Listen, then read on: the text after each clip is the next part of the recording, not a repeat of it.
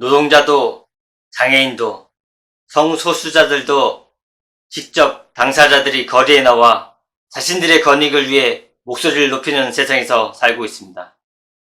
그러나 보육원 출신들이 보육원에 대한 처우와 환경 개선에 대해서, 그리고 퇴소 자신들이 당하는 부당한 처우에 대해서 직접 이야기하고 권익을 주장하는 것을 보신 적이 있으십니까? 그들은 왜 다시 사회의 급빈축으로 전락하고 가난의 악순환을 끊지 못하는 것일까요? 오늘은 그 아이들에 관한 이야기입니다. 무조건 하면 좋은 자원봉사? NO! 생각하고 고민하는 자원봉사? 예! 안녕하세요. 하얀병로입니다. 최근 자료를 못 찾아서 그러는데 2012년 기준으로 우리나라 양육시설이 한 243개 정도 되고 그 수용인원이 14,700여 명 정도 된다고 합니다. 얼마 전에 퇴소하는 보육원 아이들의 자립금을 생전 연락 없던 부모가 찾아와서 그것마저 뺏어간다는 뉴스를 보고 화가 나서 보육원을 퇴소하는 아이들이 이 사회에 어떤 부당한 대우를 받고 있고 또 그들이 왜 사회 제공을 못하는지에 대해서 이야기해 보려고 했습니다.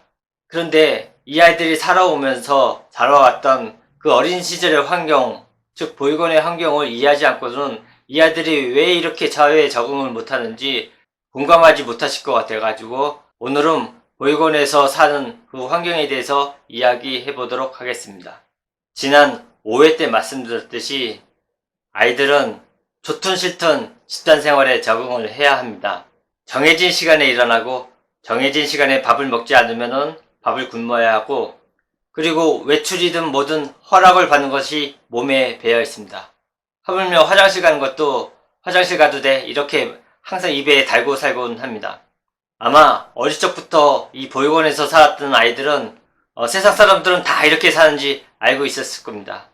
그러나 금방 학교에 가게 되면 알게 되죠. 다른 아이들과 환경이 다르게 살고 있다는 것을요. 그러면서 사춘기를 맞이합니다. 그리고 많은 방황을 하죠. 그 중요한 시기에 그 아이를 이해하고 그 아이와 함께 하려는 부모가, 아니 보육사 선생님이 있었으면 얼마나 좋겠습니까? 그러나 보육사 선생님도 미혼이신데다가 20, 30대 분들이 많습니다. 그나마 사회복지사 자격증을 가지신 전문적이신 분이 많은데 예전에는 마치 보모 구하듯이 보육사 선생님들이 일을 하셨습니다. 적게는 10여 명에서 많게는 20여 명을 담당하고 계십니다. 그러니 에너지 넘치는 이 천반직주 아이들을 여러 명이서 돌보다 보니 양육하기보다는 아이들이 사고 나지 않게 통제한다는 개념이 더 맞다고 할 수 있습니다. 아이 셋을 낳으면 아이가 아이를 키운다는 말이 있는데 그것은 한 뱃속에서 난 형제지간들이 가정의 형태를 이루고 그 울타리 안에서 가능한 일이지 개성 넘치는 천차만별의 이 보육원에서는 있을 수 없는 일입니다. 사명감을 가지고 우리나라 사회복지 일을 이끄시겠다는 마음 착하신 보육사 선생님도 점점 목소리가 커지고 폭언을 하게 됩니다. 그리고 심지어는 맨을 들기도 합니다. 하루 이틀도 아니고 몇 년씩 이 아이들을 통제하는 개념으로 대하다 보니 타성에 젖어 폭언과 폭력이 일상화되기도 합니다. 오갈 데 없는 아이들에게 끔찍한 가혹 행위를 한 보육원 교사들이 또 적발됐습니다. 10년 가까이나 아동들을 학대해왔지만 한 교사가 제보하기 전까진 외부에서 전혀 알지 못했습니다. 김관진 기자가 보도합니다. 종교단체가 운영하는 경기도의 한 보육원. 6살부터 14살까지 90여 명의 아이가 생활하는 곳입니다. 들어보이시는 보육시설에서 일부 교사들은 자신들이 관리 감독해야 될 책임 있는 아이들을 구타하고 가혹행위했습니다. 강목과 마대자루, 가죽벨트 등으로 아이들의 손바닥과 엉덩이를 때리는 무자비한 폭행은 시도 때도 없이 이어졌습니다. 지적 장애를 가진 12살 아이에게는 밥을 먹다 토했다는 이유로 그 토사물을 먹였습니다. 9살 남자아이에게는 다른 아이들 앞에서 자신의 소변을 마시도록 했습니다. 또 다른 9살 여자아이는 울었다는 이유로 입술을 바늘로 찌르기도 했습니다. 물품이 없어지거나 사소한 공동생활 규칙을 어겼다는 것이 끔찍한 폭행의 이유였습니다. 일부 교사는 오랜 시간 구타를 하기 위해 손에 바셀린을 바르고 장갑까지 낀 것으로 드러났습니다.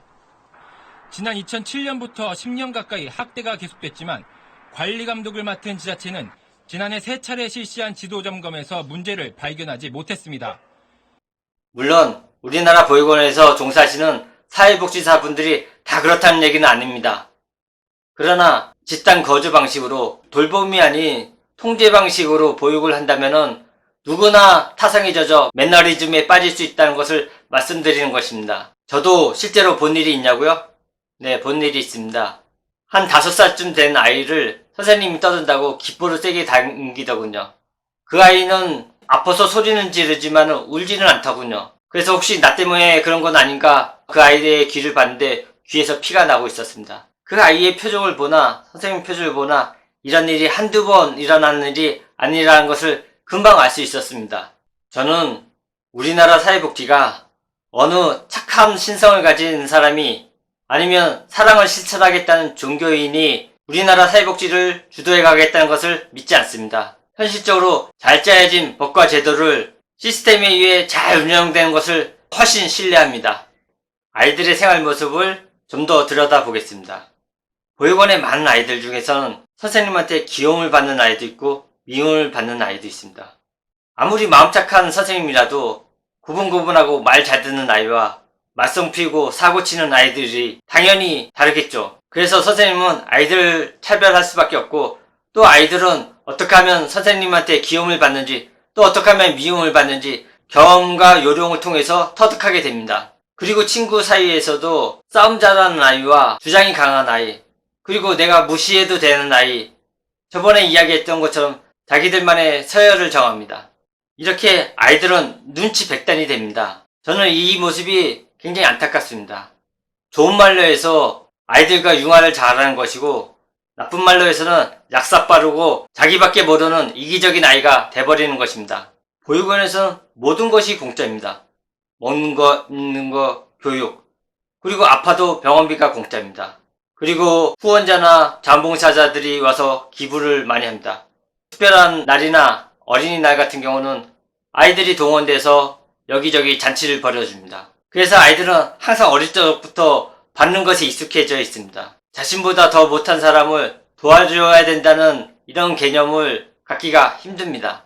오히려 나는 항상 도움을 받아야 되는 불쌍한 사람이지 도움을 줄 거라는 생각을 전혀 하지 않게 됩니다. 이런 식의 환경을 가진 아이들에게 그 마음을 헤아려주고 살피고 보살펴서 동기부여를 한다거나 희망을 주기보다는 욕 안 먹고 무사히 버텨나가는 생존 본능만 발달하게 됩니다. 이렇게 보호가 아닌 관리 대상으로 살다가 19세가 되면 보육원에서 강제 퇴소당합니다. 어려서부터 부모한테 버림을 받고 19살이 되면 국가에서 아무런 교육 없이 저 사회로 또 버리게 됩니다.